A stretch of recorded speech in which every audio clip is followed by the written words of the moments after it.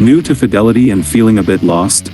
A quick tour of their website and app will help you find everything you need, fast. Welcome back to Guide with Samuel.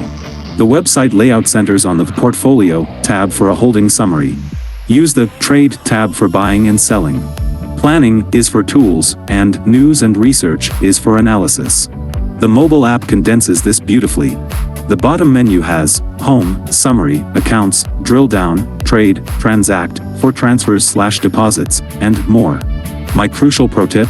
Customize your website Quick Access menu. On the website, click the little gear icon next to Quick Access.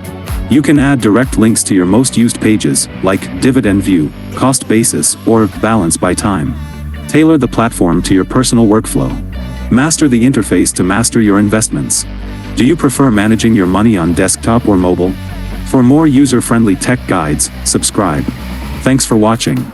I'm Samuel, and I'll see you in the next video.